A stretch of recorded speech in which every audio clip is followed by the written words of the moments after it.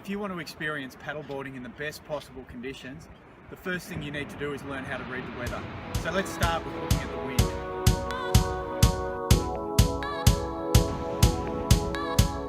Righto, the first thing I suggest that you do is get familiar with your favourite paddleboarding spots and learn where you are at each spot. So by saying that, what I mean is learn where north, south, east and west is. This will help you know what direction the wind's blowing when you get there.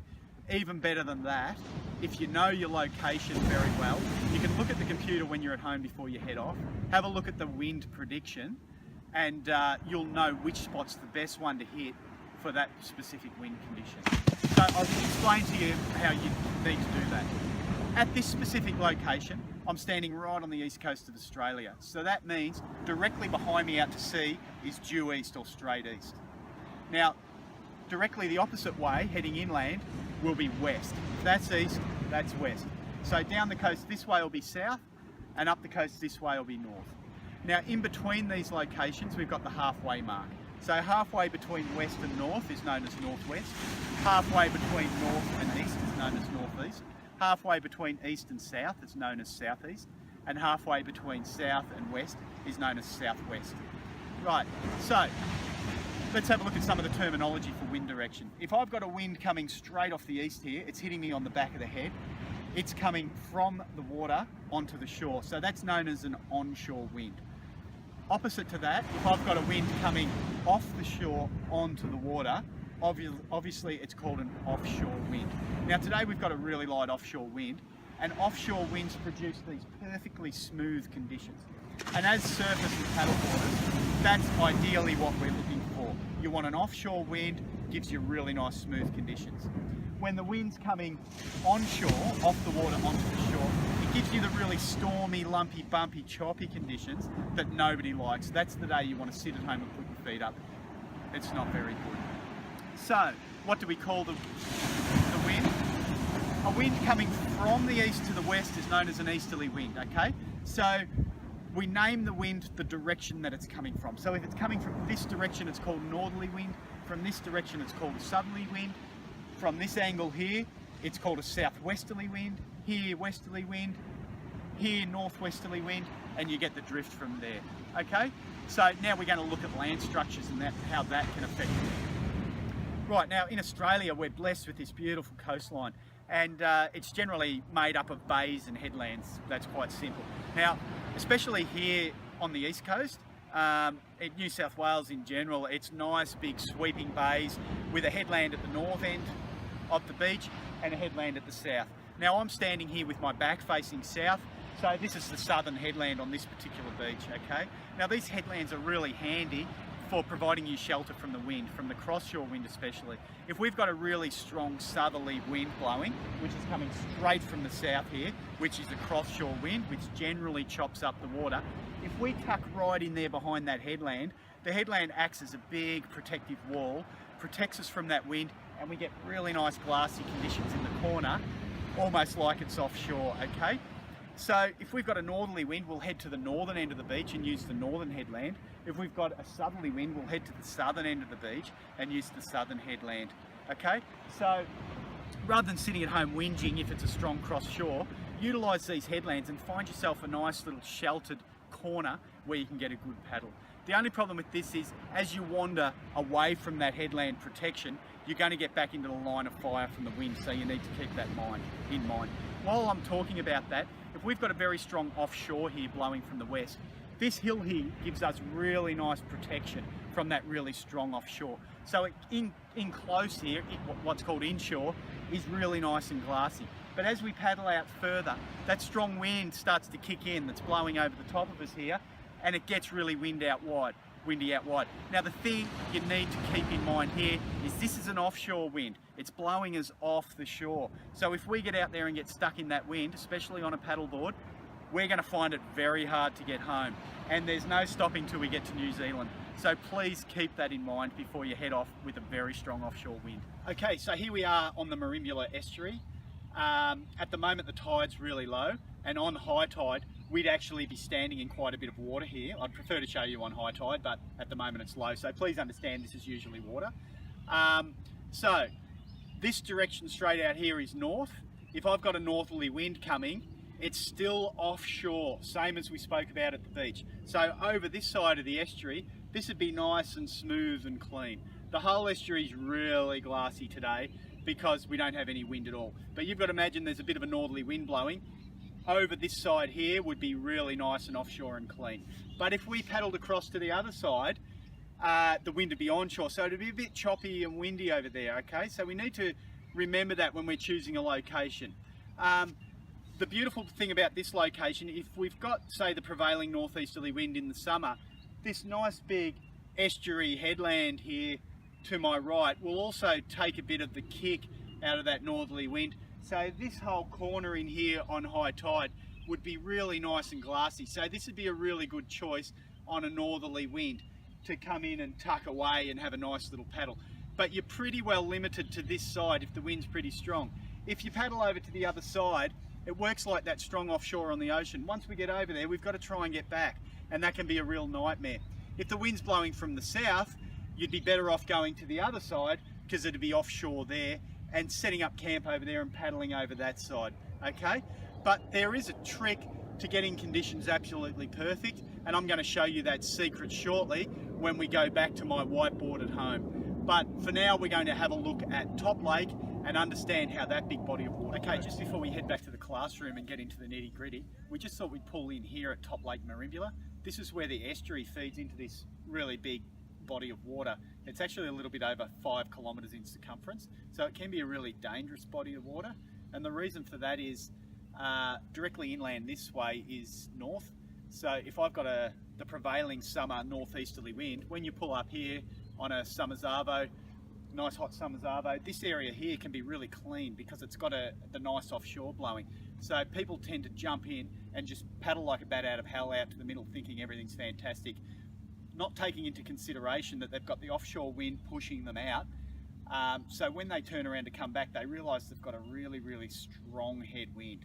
Okay, now the reason why I want to bring this up is for our friends over in Albury, Wodonga, places like that, over at Lake Hume, it's a massive big body of water and the same thing happens. So when you turn around to come back, you're actually in a bit of a pickle. So your only other option, if you can't get back into the wind, is head right to the other side.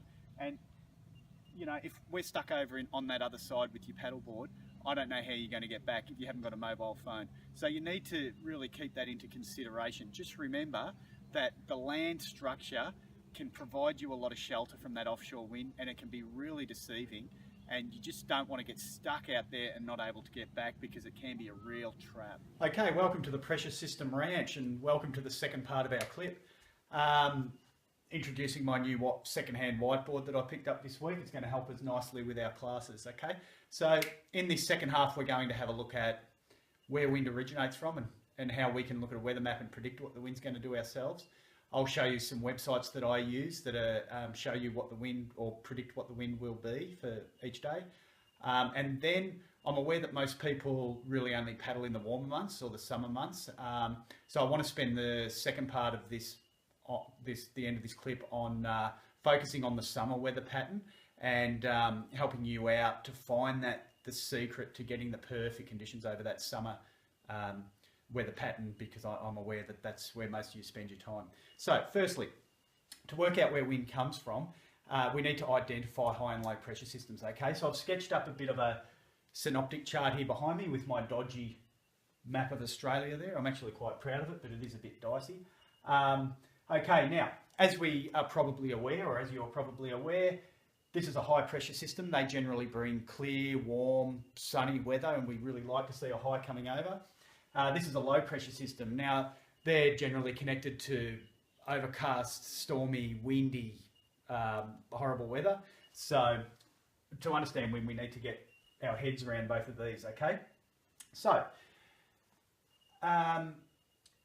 in a high pressure system, the air is moving down towards the earth. That's how they get the name high pressure. And in a low pressure system, the air is moving up, okay? And that's why clouds and that gather, because all the moisture and that is moving up, creating low pressure on the earth, all right?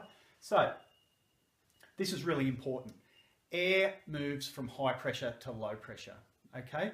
And you can see on this high pressure, these lines around here are called isobars, okay?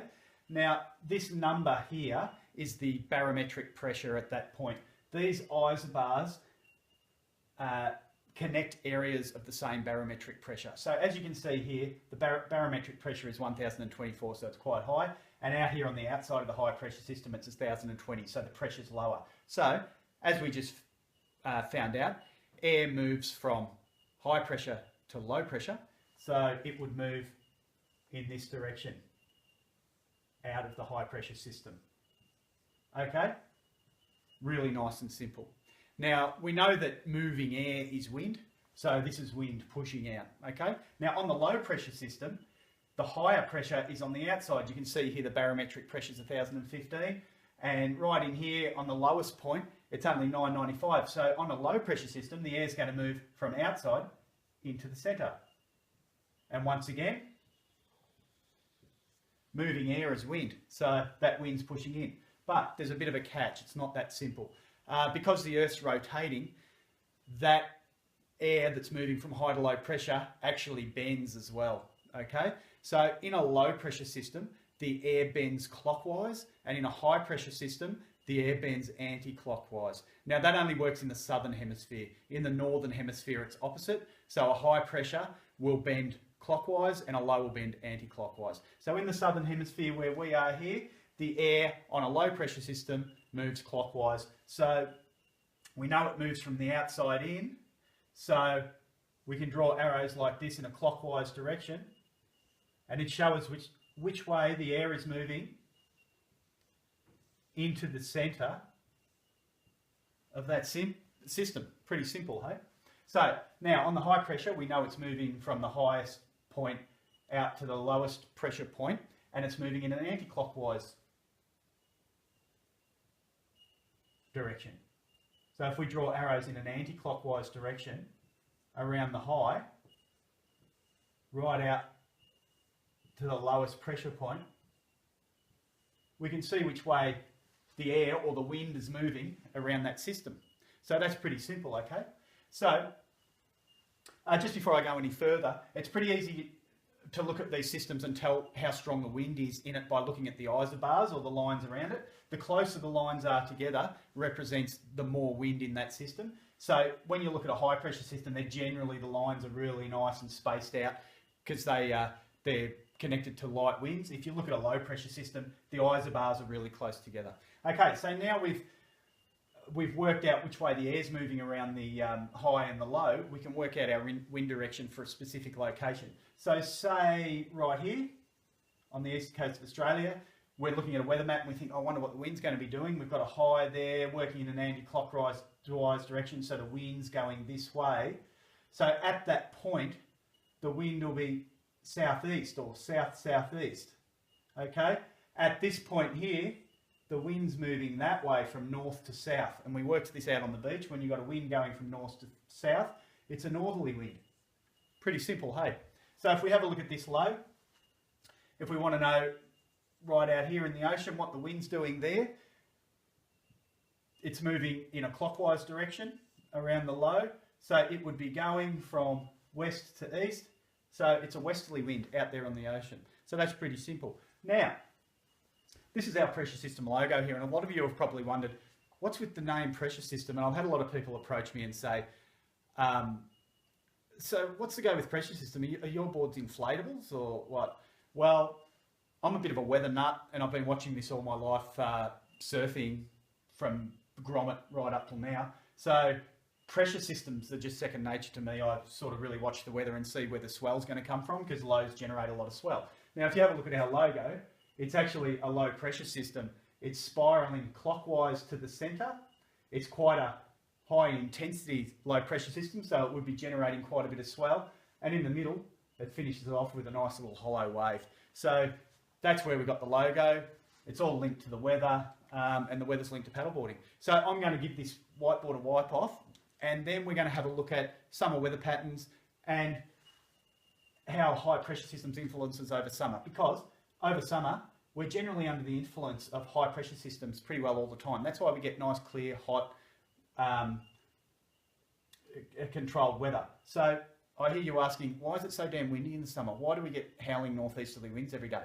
Well, let me draw a couple of diagrams and I'll explain the sea breeze. Sorry, just quickly before we get into sea breezes, these are a couple of websites that I use to get a prediction of the wind. The first one's magicseaweed.com. These are pretty good for surf forecasts as well. The second one is willyweather.com.au. Third is weatherzone.com.au. And of course, number 4 is the Australian government site, the bom.gov.au. One thing to remember with the wind predictions on these, Magic Seaweed's in miles per hour, Willy Weather's in kilometres an hour, same with Weatherzone, and BOM works in knots. So basically, 1 knot is about 2 kilometres, or 1.852 kilometres to be precise, and a mile per hour is 1.6 kilometres. So I just times them by 2. So if it says 8 knots, we're looking at about 16 kilometres an hour. If it says 8 miles an hour, about 16 kilometres an hour. So what I do, I generally look at Magic Seaweed, Willy Weather and BOM. I have a look at their predictions. Most of the time they're all quite different. I'll go with my gut feeling as well, and I'll have a look at the synoptic chart, and I'll get a wind prediction from there. It sounds quite technical, but the more practice you get at this, the better you'll be at it.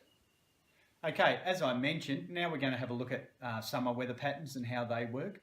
As I said, generally over summer, we're under the influence of high pressure systems. And as I said to you in the last little section, high pressure systems mean clear, sunny, light wind conditions.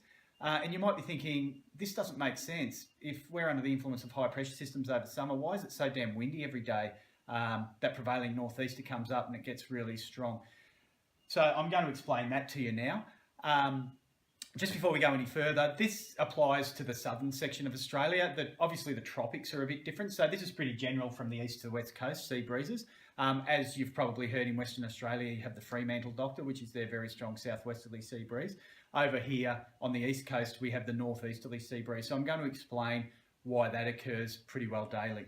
So what happens, here we've got a diagram, obviously of the land here and the ocean here. So as the day goes on, the sun beats down on the earth and the earth heats up a lot quicker than the ocean.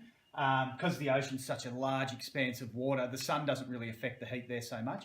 So as the earth heats up, the air above the earth gets really hot, and we all know that hot air rises. So this air starts moving upwards like this, and that creates a low pressure area, as we discussed in the last one.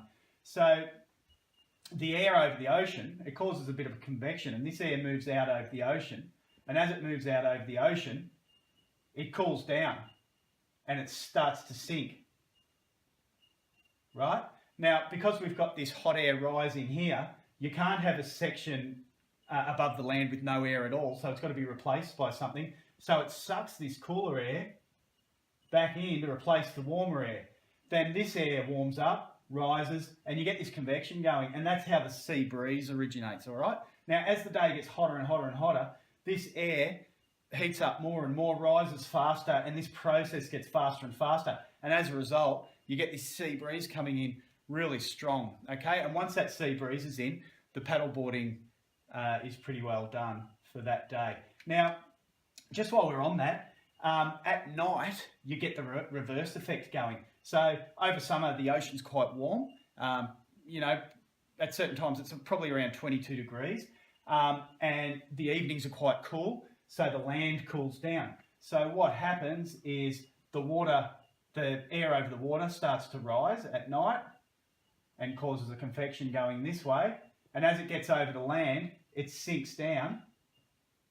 Now this air replaces the warm air rising over here, and we get a light offshore breeze going. Because the temperature of the land and sea is a lot more stable, that airflow isn't as fast, and we get those really nice light offshores happening, okay? So in the morning when we get up, we've got sometimes no wind at all, which we call sort of light variable winds, or we'll have a nice light offshore wind. But just beware, because once that sea breeze comes in, it's generally locked in all day, and it's pretty well as regular as clockwork over summer. So if you think you're going to get a really nice low wind day, you've had a look at the weather forecast and you think, oh, it's going to be light wind, you're pretty well dreaming, because that sea breeze is going to come in as the land heats up. Okay, so In the summertime, I run stand-up paddle lessons. We've got Marimbula stand-up paddle lessons and tours. You can find us at marimbulasupplessons.com.au. My first lesson in the morning, I start at 6:30, so I can guarantee good conditions. My second lesson starts at 8:30, and sometimes I've got to cancel it. I'm really on edge. That breeze is always up by 9 o'clock. So, you know, that's why I run my lessons so early, so I can get that nice still conditions in the morning. During the still conditions, you get really flat water, really clear water. As soon as you get a bit of breeze on the water, you can't see the bottom as well. You can't see the stingrays, the sea life, and your whole paddling experience changes. Okay, now I've set up a bit of a summer day timeline for you here. I've divided it up into 3 categories. This is to help you understand the absolute perfect time of the day to get out there and paddle, okay? Now, this first category here is from daylight, like 5:30 a.m. in the summertime, to 9 a.m. Now, I've called this the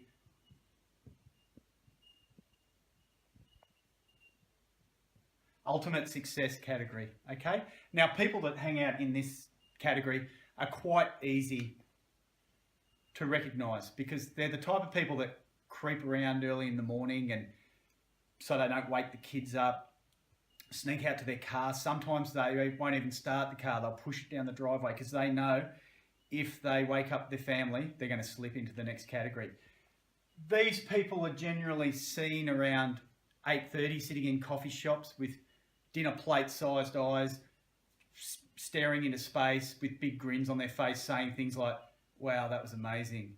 Man, I can't wait till tomorrow morning." These people also have huge Instagram followings because the photos they put on Instagram are just amazing of their paddleboarding, okay? I think you're getting my drift. This crew here really, really love life. The next category I've called the high risk category, okay?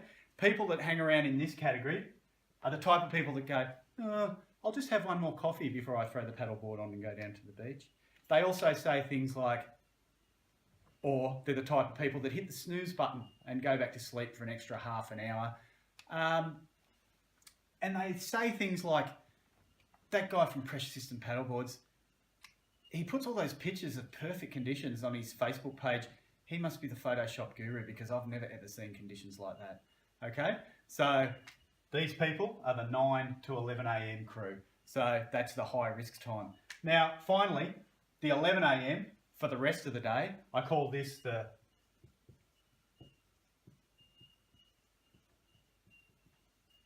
game over category. People that hang around in this category are really easy to recognise. They tuck away in little corners at the beach behind headlands. Their stand-up paddleboards tend to spend more time on the sand than in the water. The adults tend to stand at the waterline if the kids are in the water yelling out, "Be careful, you're going to get blown out to sea by that wind." And they suffer from this horrible sickness called paddleboarding depression, okay? So I think you've got the drift by that little timeline. The secret to the perfect summer paddleboarding experience is to get out in this early window here before the sea breeze comes up. Sometimes you can get it in here when it's still not too bad, but after 11 o'clock in the summertime, it's game over. That wind's up and it's only going to get stronger all day. So hopefully you've enjoyed this clip and it's been pretty informative for you. Next weekend I'll upload one on tides. We'll start working on that now. And then we'll look at putting the wind and the tide together and show you how to plan the absolute perfect paddle experience. Catch you later.